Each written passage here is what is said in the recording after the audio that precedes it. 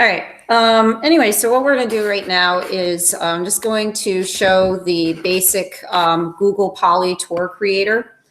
Oh, good. You're in. Excellent. All right. So anyway, this right here is the desktop version of using virtual reality with students. And so in order to be able to create your own tours, this is the format that you'll be using. So even though it is a desktop version, that is going to be what you'll be using in order to create your own virtual reality tours. Now, to actually be able to view them in virtual reality mode, you would need a smartphone. So from here, just going to show you, I was just showing before the URL to get to.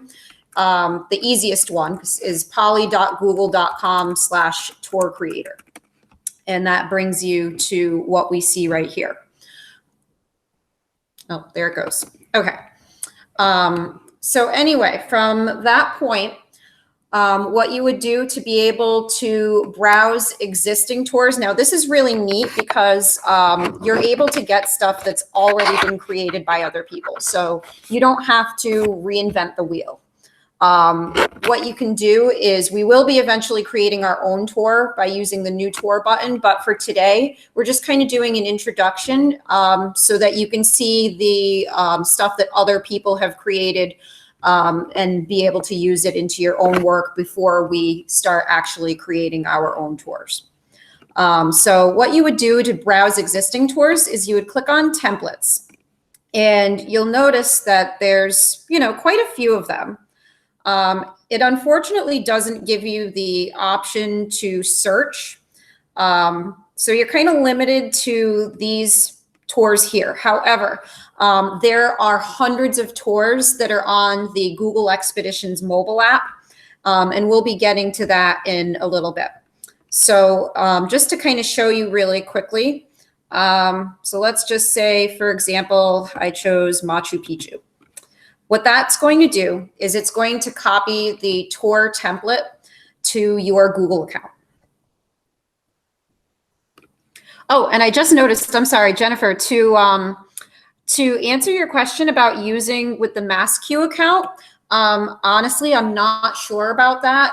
This is my first course teaching with MassQ, so I'm not entirely sure if you would be able to use it with your MassQ account, but I suppose you'll be able to try it and find out. I do know the email was disabled. Hopefully Google Poly Tours are not disabled.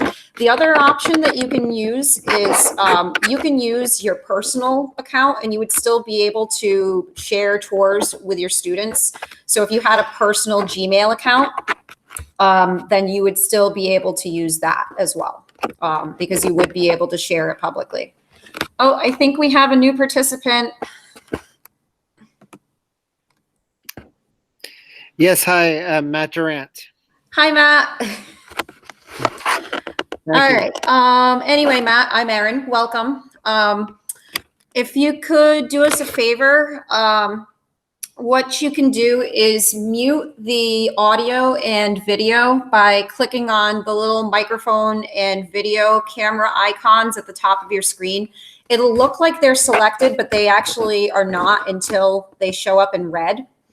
And then from that point, what we'll be able to do is you click on the blue chat icon, the one that I'm mousing over right now, and then use that to chat. The reason that we're doing it that way is because if the audio and video are enabled, every time someone speaks, it switches over to their webcam. So then when I'm trying to show the screen, when I'm trying to screencast, it ends up, unfortunately, with some interruptions. Oh, sorry.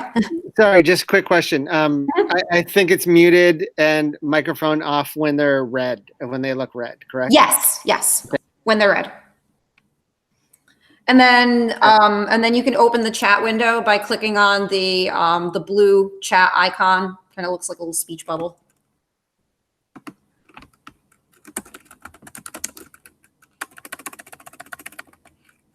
Okay, awesome. All right, thank you, Matt. Anyway, so just so you know, Matt, the website that we're on is poly.google.com/creator/tours. You can also get to it by going to poly.google.com/tour creator. So that's really the easiest way to remember it.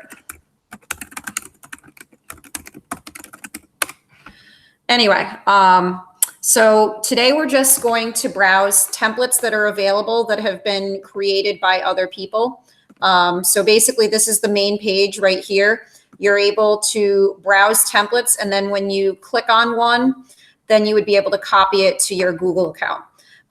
It is a little bit limited. There are a lot more tours available in the Google Expeditions app, which we'll be covering today as well.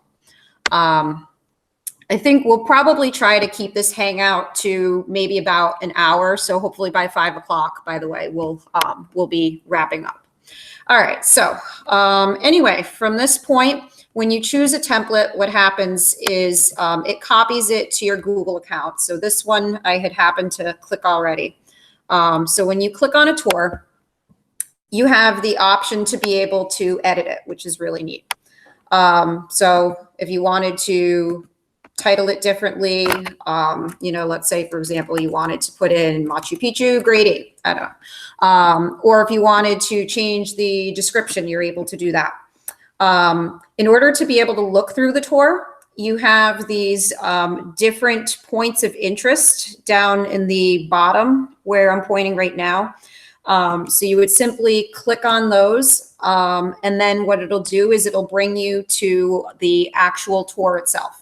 Now, the desktop version, unfortunately, doesn't give you the ability to be able to view in VR, but you will be able to do that using a smartphone. So anyway, from this point, you're able to click and drag in order to move about your screen. Everywhere where you see one of these little information points, that is what they call a point of interest. So if you click on the point of interest, either in the tour itself or on the right-hand side, you're able to pull up that particular point of interest and edit what appears. It does also, for a lot of them, have narration, which is really neat. I think this one should. The temple district of Machu Picchu sits directly below Huayna Picchu. It does. Okay. Anyway, so for the purposes of what we're doing today, we're not going to be making any edits to our current tour, but in order to be able to share it with students, what you would do is you would click on Publish to Poly. And then from here, what you would want to do, especially if you're like Jennifer, where it has locked it, then what you would want to do is set the visibility to public. To answer Matt's question, the name of the app is actually called Google Expeditions. So it's a little bit misleading because of the fact that the desktop version is poly.google.com, and then meanwhile the mobile app is Expeditions. So anyway, right now I'm just going to show you what you would do in order to be able to share this with students is you would go ahead and publish it. And if you are, I would say to probably go public if it's, you know, if you're using a personal Google account, you'll be able to provide students with a URL, and then you would click on Publish. So it's going to give you a couple of different options for how you can share it with students, which should hopefully pop up in a minute. Okay. So one way that you would be able to share this with students is you would simply copy the link, and then you could share it with them in Google Classroom. So let's just say, for example, I were to email, if I were just going to send an email. So I'm just going to go ahead and send an email to myself. So that way you can get an idea of how you might share it. Again, it doesn't have to be shared via email. It can be shared Google Classroom, you know, or any other method. So anyway, so what I'm going to do right now is I'm actually just going to send it to myself, and then I'm going to pull it up on my mobile phone.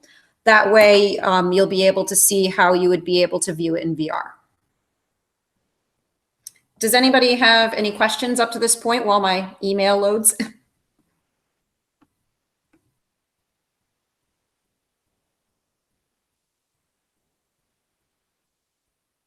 Yeah, hopefully this will load sometime today.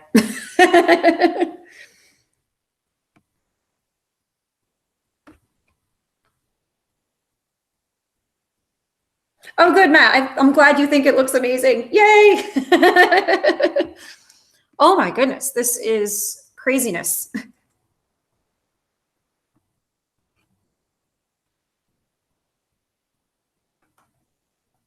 Hooray! Okay.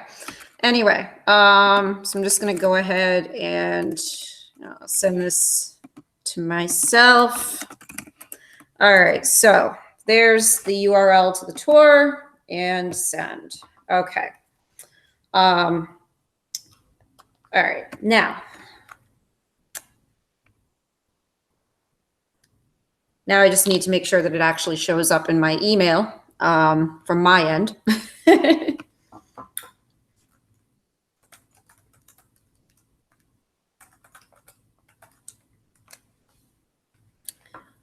So unfortunately now what we're dealing with, oh, okay. So it just appeared. All right. So it just appeared in my email. So right now what I'm going to do is I'm going to switch over to webcam for a quick moment. Okay. So anyway, hello. Okay. So now here I am on my mobile phone. Hopefully you can see this. So here's where I sent the tour to myself.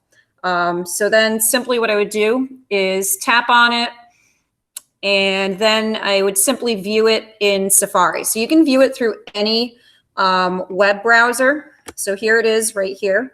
And then from here, what you would do, there's a little set of goggles. You would tap on those goggles, and then from here, you would tap on Enter VR mode. From here, what it does is it tells you to place your phone in the cardboard viewer. So this is what students would do. Essentially, you turn it so that it's in landscape orientation. And it looks a little odd when it is basically when it's actually not in one of the VR devices itself. Hold on just a second. There we go. Now it's a little brighter. So then from there, basically what happens is students would be able to view it. Hold on. It's a little difficult to be able to do, but then let's see.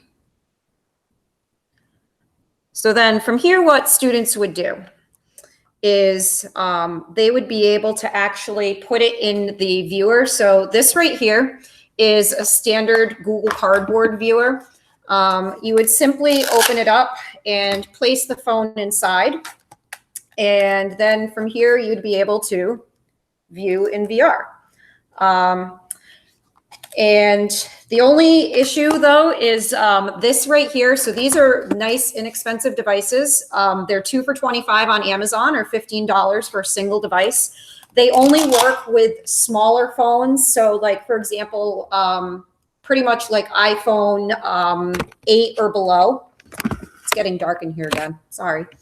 However, I do have this device right here. This is a Merge 360, and this accommodates larger phones. So for example, I have the iPhone XR. The Merge 360 accommodates the larger phone sizes. So I think pretty much it'll cover all the way up to the crazy expensive SX Max.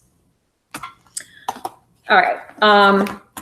Anyway, so that's probably the quickest, easiest way to be able to search tours and to be able to edit them to your taste and to be able to share them with students. What we're going to be doing now is we're going to be moving on to the Expeditions app itself. So I actually have a video that I created, and this video is essentially done as a screen recording from my phone. Because of course on here, it's really only possible to show my desktop. So it's just going to take me a quick moment to pull that up right now. So I'm just going to go ahead and share my screen again. And does anybody have any questions up to this point?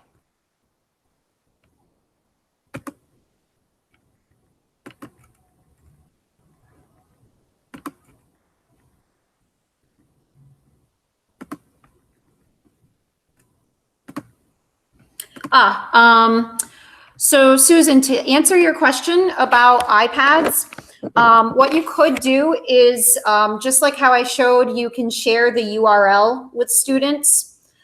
You would be able to do that, and they would be able to view it on an iPad. Students are also able to download the Expeditions app, which is what we're about to get into now. But they are not going to be able to view it in virtual reality. So they would simply be able to view a tour in full screen, almost as if it were a desktop device, but they would be able to download the Expeditions app. All right, let me just go to my YouTube video.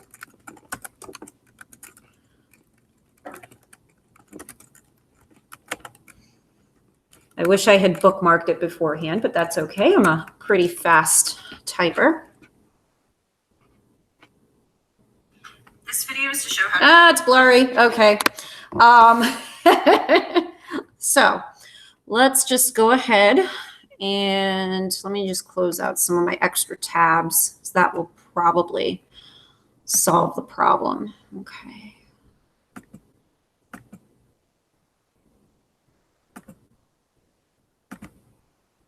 All right, I'm just going to try reloading the page right here. This video is to show how to use the Google Expeditions apps. Whoops. Okay. All right. So it looks like we're good here. So the next thing I'm going to be showing is how to use the Google Expeditions app. So you have the ability to use this as a teacher. Students have the ability to use this. So this video is going to cover sort of both the teacher and student point of view. So right now, all right, what I'm going to do is I'm just going to put it in full screen and then play it for like a minute or two and then take it out of full screen to be able to address any questions that you might have.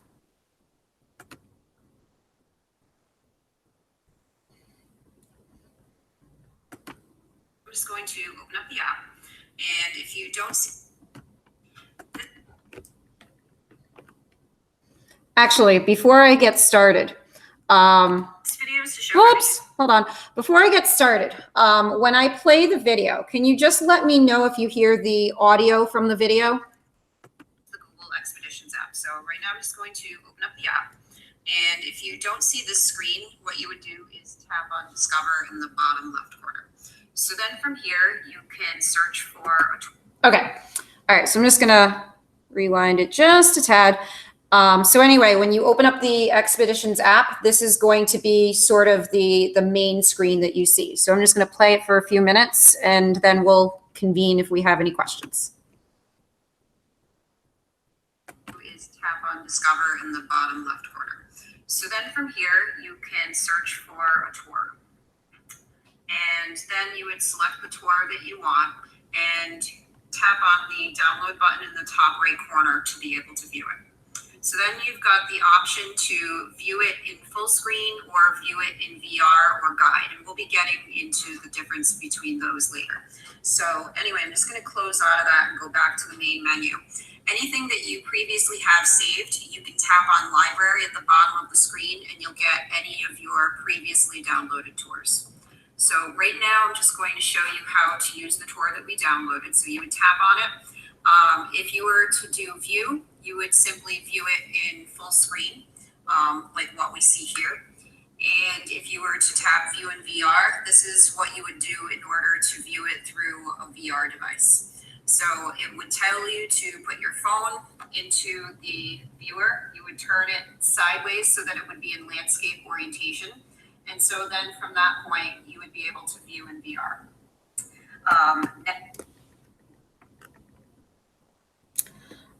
Okay. Does anybody have any questions up to this point?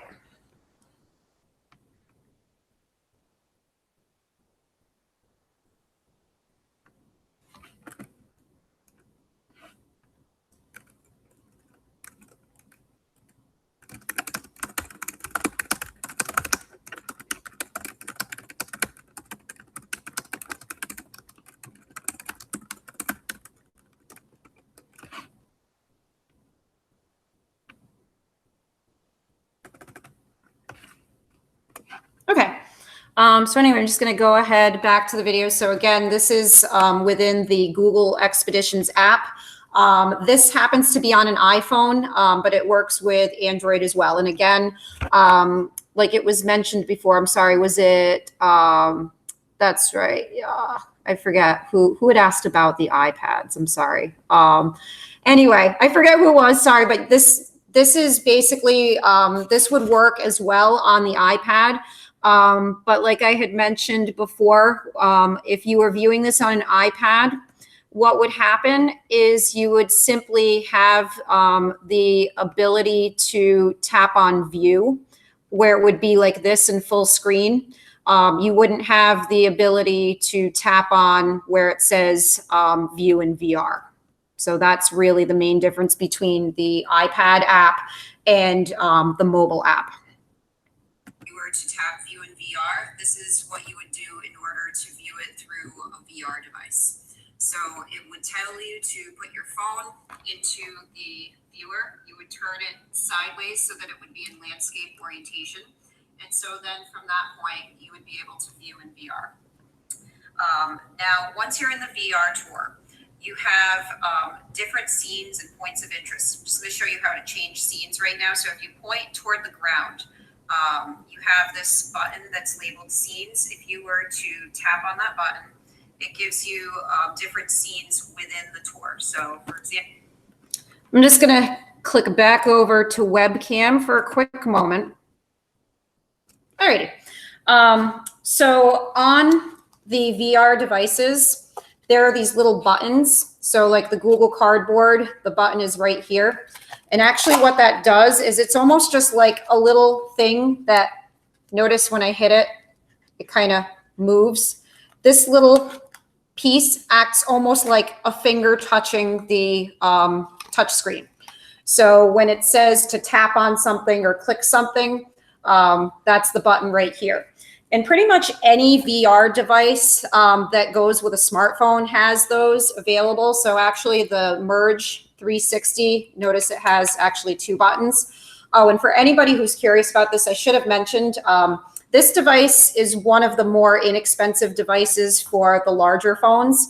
I believe this cost me $29.99 on Amazon, whereas this one is only $15, but again, it only works with smaller phones. So when it's showing to tap on something or click on something, you would basically, you know, point downward and then tap on what you need to, or point upward and tap. So I'm just going to go ahead and switch back over to screen share and continue. Yep, I'm just gonna tap on this second scene right here. So then you have these different points of interest. So what you would do to see a point of interest is you would tap on it. The arrow will direct you to that point of interest. You also have some other options down at the bottom to get back over to the scene menu. Again, point toward the ground. You have the ability to turn on narration. I'm just going to turn it on for a second so that you can hear it, but I'll turn it off for the purposes of recording this video in just a second. This is the oldest of the temples, and given that this is more than 2,500. In addition, you have the information button that just simply hides the information there, but most of the time you would want the information on. So that's pretty much the basics of how to view a tour in VR.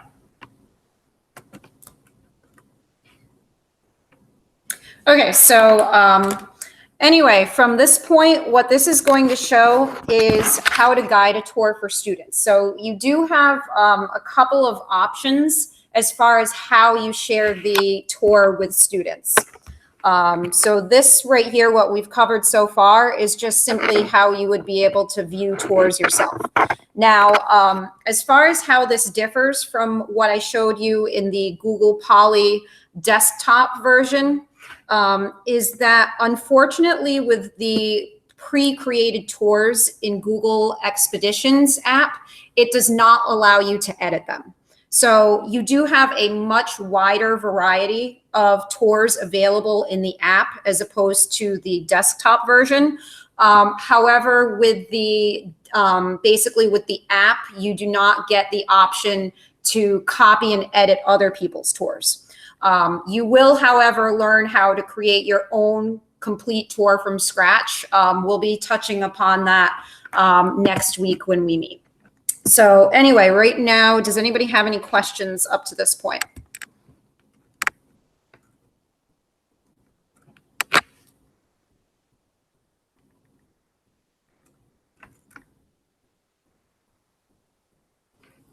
All right. So what we're going to do right now is we're just going to cover how to guide a tour for students.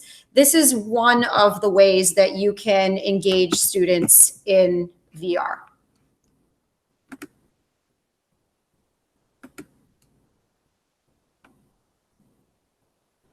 This video is to demonstrate how to use Google Expeditions to guide students on a tour. So I'm just going to open up the Expeditions app. You can either tap Discover to search for new tours or tap Library to see tours that you've already viewed. So then from here, we're just going to tap on a tour, and then you're going to tap on Guide.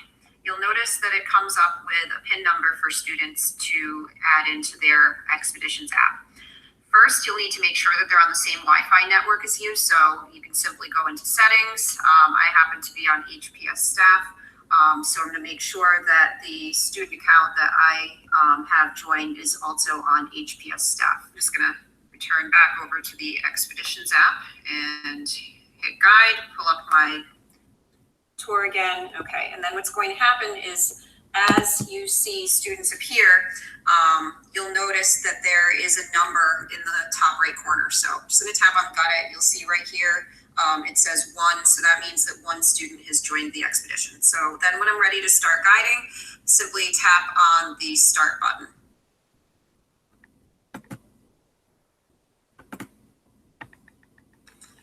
So this is from the student point of view. Oh, hold on. All right. So anyway, the way that this works is if you guide a tour, it means that students have to follow along with you. So as far as how that differs from what I showed you as far as sharing the URL, they would actually have to follow you. Can Expeditions be used on an iPod? To answer this question, oh, we've got a couple of questions. All right. Anyway, to answer Jennifer's question, and then I'll answer, or actually I'll start at the top. All right. So to start with Matt's question, how do you manage to get a class on a tour in the Google Expeditions app? So the easiest way is actually kind of what I was just showing here, where you guide the tour. I'm just going to go ahead and kind of rewind a little bit through the video. I'm just going to go ahead and mute the video for right now. That way I'm not talking over my own self. So anyway, what you would do is you would hit guide. And then what's going to happen is I'm just going to go ahead and fast forward a little bit to the student point of view. So what would happen is as long as the students are on the same Wi-Fi network as you, they would open up the Expeditions app. Hold on. And then at the bottom right-hand corner, right where I'm pointing, the students will see a class icon, and they would tap on the class icon. And then as long as they're on the same Wi-Fi network, this should appear right here where it'll come up with their teacher's name, their PIN number, and then the join button. And so that's how they would join. That's how they would join the tour. And so it quickly and easily shares it with the whole class.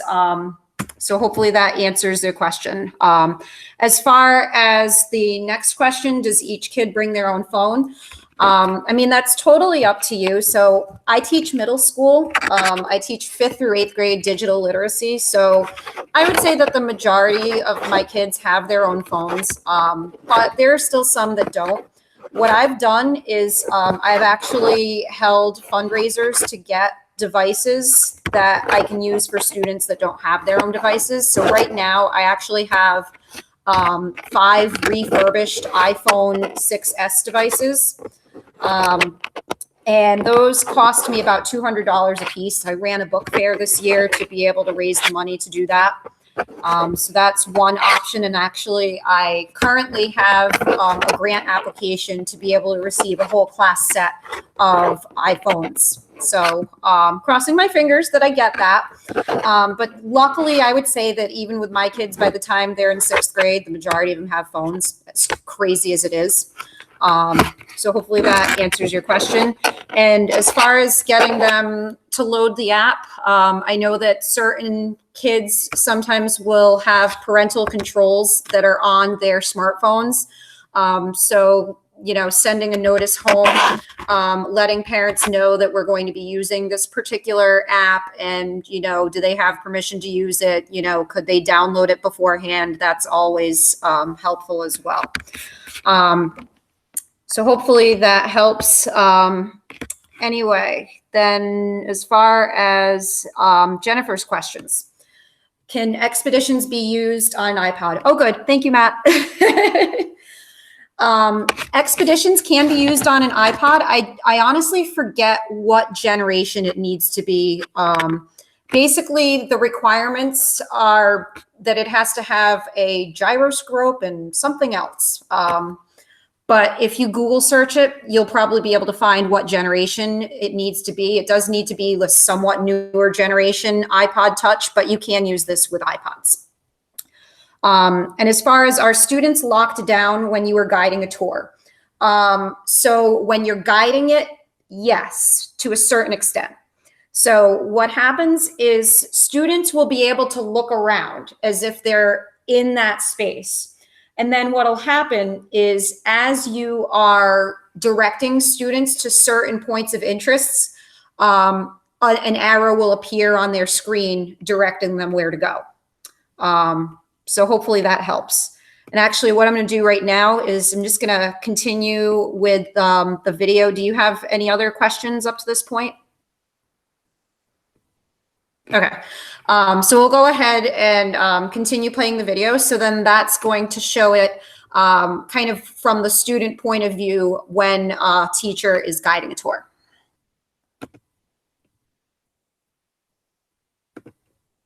Then you would see the And then guide you tap on and class, the actual and then tap join. tour that you're going Uh-oh. to join. So you would tap on join. You'll notice Okay. it comes up. Ah, somehow I have two narrations going on. So you know what I'm going to do? I'm going to mute it and I'm actually just going to talk myself. So again, the students will get the join option and then it'll pop up with this saying, do you trust this guide? They should see their teacher's name in the pin. And then they would go ahead and tap on join. Now, this is going to show as being paused by the guide because essentially what's going to happen is the teacher is going to have to hit play before this appears. So once the teacher hits play, then they get the option to be able to view it in basically in VR. Anyway, now we're going to go back to the teacher's point of view. This is going to show you how to actually be able to direct students to particular points of interest. So then when I'm ready to start guiding, simply tap on the start button. So just to clarify, students aren't going to see anything until you hit that start button. Then once you hit that start button, then they'll be able to view what you're viewing. So then from here, you can pull up points of interest to make students sort of go to those points of interest. So for example, I'm just going to tap on Arch of Constantine and you'll notice that it, you know, kind of swiveled a bit. I'm just going to hit pause for now. And so that way you can see the Arch of Constantine. So then what will happen is students will see an arrow appear on their screen and they'll be guided to that particular point of interest.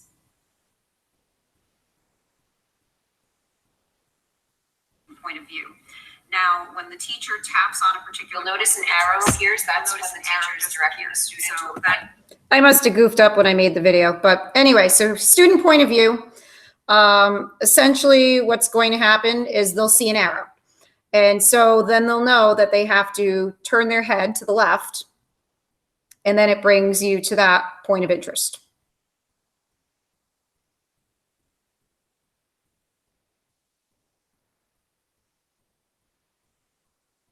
And then once the teacher taps a second point of interest, notice another arrow appears. So then you would follow it over to that second point of interest.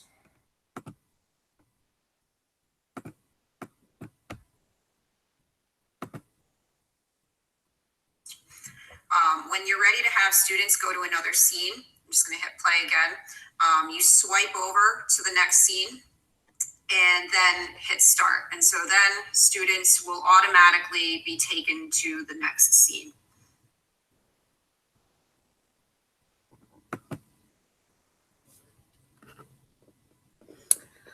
All right. Does anybody have any questions up to this point?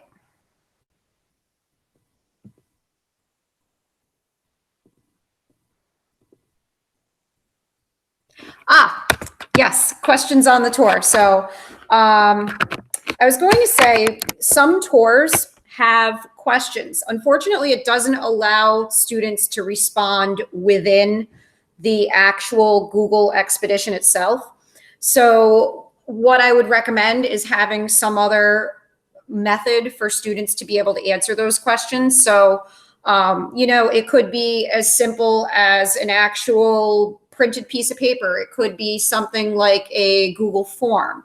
It could be something like what's called a play pause it bulb, which is something that we're going to be getting into a couple of sessions from now. So unfortunately, the Expeditions app hasn't advanced quite to that point where it allows students to respond within it. But those are some options. Okay. So how large are the tours? Honestly, it totally depends on the tour. So I would say that, a lot of the pre-made tours in the Expeditions app would consist of like 6 or 7 scenes. For the purposes of brevity, I kind of just showed you a tour with 2 scenes, but I would say that a lot of them would have multiple scenes. And as far as school networks handling every device at the same time, I would say that if you had asked me that question 3 or 4 years ago, I would have said absolutely not. My school, so I teach at Hanover Middle School. They've significantly upgraded their Wi-Fi within the past few years, especially because of the almighty MCAS test. And so like right now, actually, we're doing MCAS testing and we'll have 300 plus students all on the Wi-Fi on Chromebooks at the same time. So I would say that at least in my district, we would be able to handle, like, say, a class of 25 students all being on the Wi-Fi, all connected to a tour. But, unfortunately, that is an issue. The other thing is if students bring in their own phones and they're connected to their own phone service through Verizon, AT&T, whatever, that's an option as well.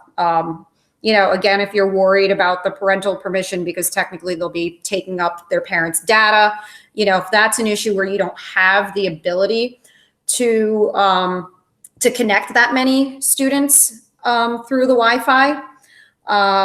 Oh, that's right. I forgot. Well, okay. So actually that's a good point, Jennifer. I was going to say what you would need to do is, if that was the case, I'm glad you brought that up. You would be able to share the URL of a tour with them. You wouldn't be able to guide them on it. But so like, for example, when I showed the Poly tour creator and how I gave the URL, you would be able to do it that way.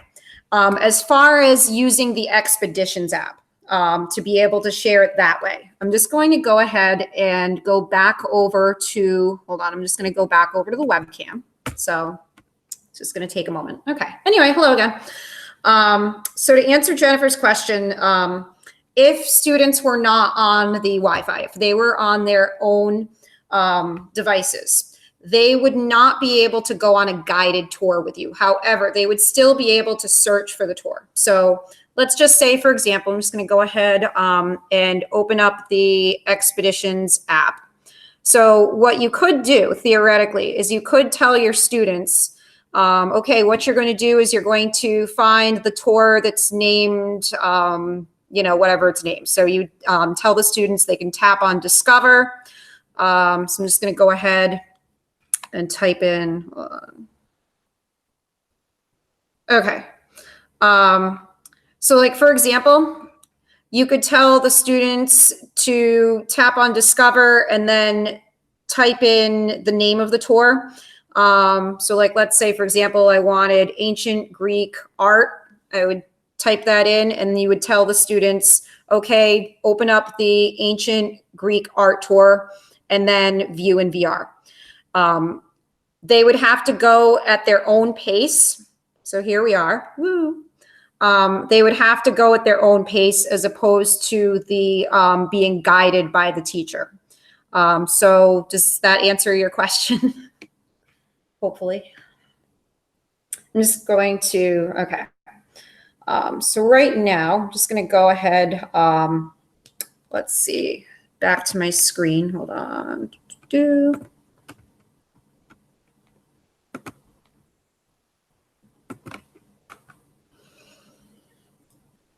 All right. So anyway, the other thing that I want to kind of cover too is, how you can integrate virtual reality and augmented reality into multiple subject areas. So, in addition to all of the social studies related tours, there are a lot of other types of tours as well. So I'm just going to go ahead and show you Google Poly again. So poly.google.com/tour creator. So these include what we call augmented reality or AR as well. So I'm just going to go ahead and show you some of the templates here. So for example, human anatomy, respiratory system, muscular system. Again, these are the ones that you would be able to edit and that way, and then share it with students through the URL. So just to kind of show you. So this is an example of, sort of what we call an augmented reality tour, where it's not actual reality, but it is, augmented. So these are some really cool tours. So it's awesome for being able to show, scientific concepts such as like the structure of a cell, or even math concepts. Like if you were teaching, stuff about 3D shapes and nets versus solids. And I apologize, I'm not a math teacher, but to be able to show like a 3-dimensional view of different geometric shapes. So there's lots of different ways that you can incorporate this. If you were an ELA teacher, for example, in 5th grade, my students read the book A Long Walk to Water, which is about the water crisis in South Sudan.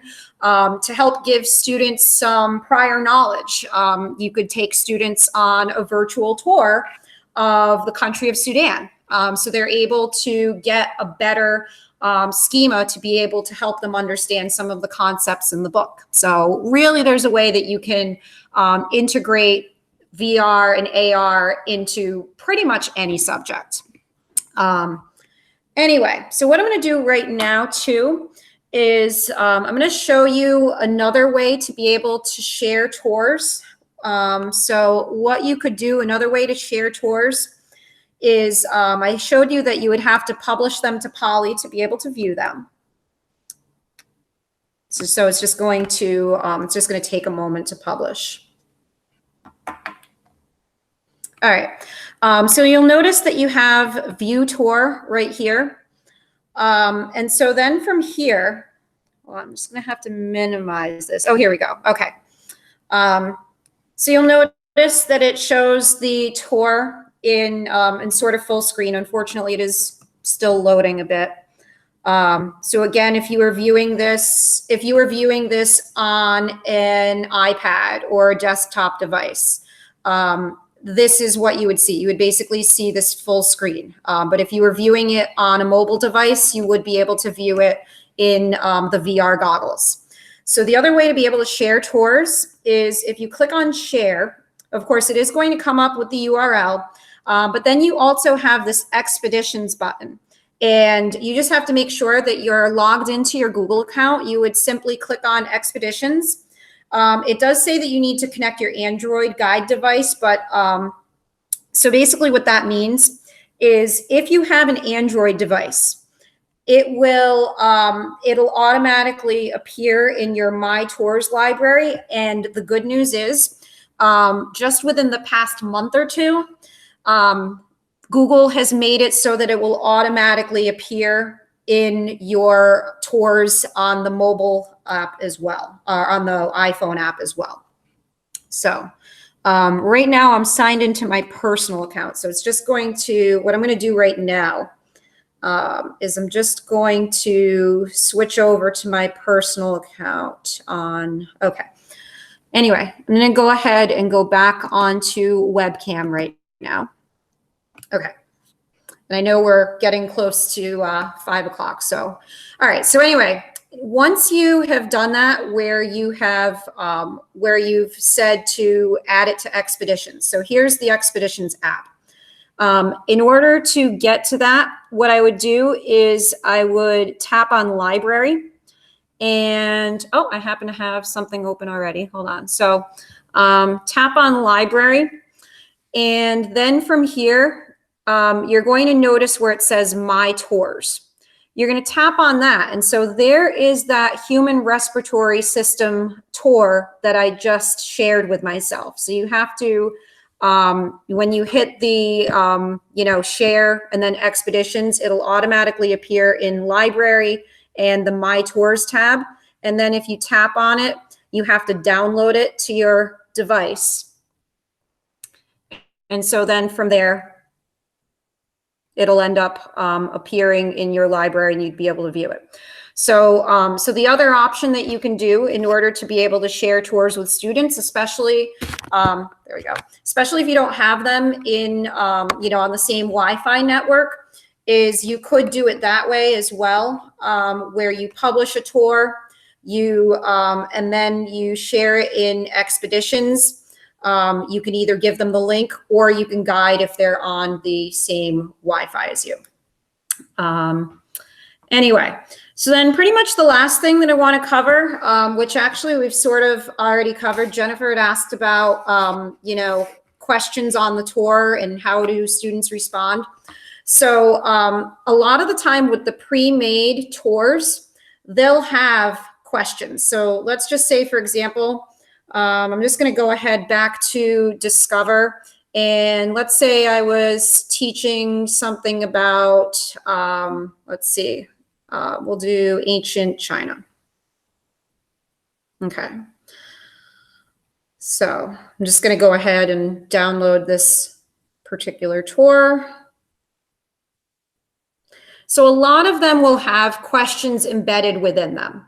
So one of the neat things is that, sort of a way that you can differentiate or modify your instruction is by giving students different levels of questions. So, if students were going through this, I know it might be a little difficult to see. So hold on, I'm just going to point. Okay. Just going to go ahead. There we go. Now we can see it a little clearer. I don't know if it's reversed, but either way, whoops, hold on. Okay. So a lot of these tours will come with pre-made questions. Again, you won't be able to actually answer them within the app, but right here it says beginner question, intermediate question, and advanced question. So what you could do is, you could give certain students the prompt in a Google form to answer the beginner question or the intermediate question, depending on their level. Another thing that we will be touching upon in a future session will be how to sort of copy and modify tours. So that way you could essentially share different versions of a tour with students. So you could send a more advanced version to, sort of your higher level students. If you've got students, with a learning disability, their IEP might say that they require multiple choice questions, for example. You would be able to send them a version with multiple choice questions. So anyway, I think that's pretty much it as far as what we're going to cover today. So anyway, does anybody have any other questions up to this point?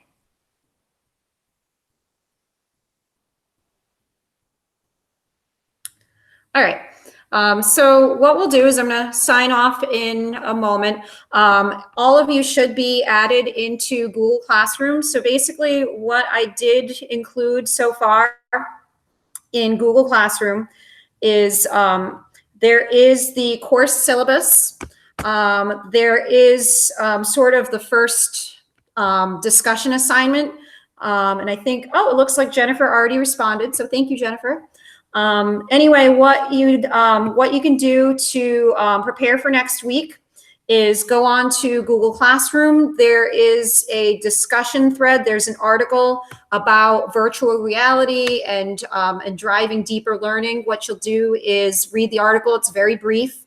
And then respond to the discussion prompts that are in Google Classroom. And then what I would also like you to do is check on later in the week, beginning of next week, to see other people's responses. Basically what you're going to do is you're going to complete your response, and then you're going to respond to at least 2 other participants in the course. So anyway, and then finally, the last thing is that the final project has been shared in Google Classroom. So the final project is just going to be a 3-unit lesson, sort of lesson unit. The first part of it is going to be a lesson where you use a pre-existing either PolyTour or or Google Expedition Tour. So if you want to get started on that now, that's great. Technically, everything's not going to be due till the end of the course. Which the end of the course would actually be like pretty much, I think, beginning, yeah, so like the last week of May, or actually technically a week after that, I think, which would bring us to early June. Anyway, so I think that's pretty much it. If you have any other questions, you can post in Google Classroom, or you can email me at efoley@hanoverschools.org. Anyway, so I thank you all for coming. Thank you. Goodbye. Bye. Bye, Susan. Bye, Jennifer. Thank you.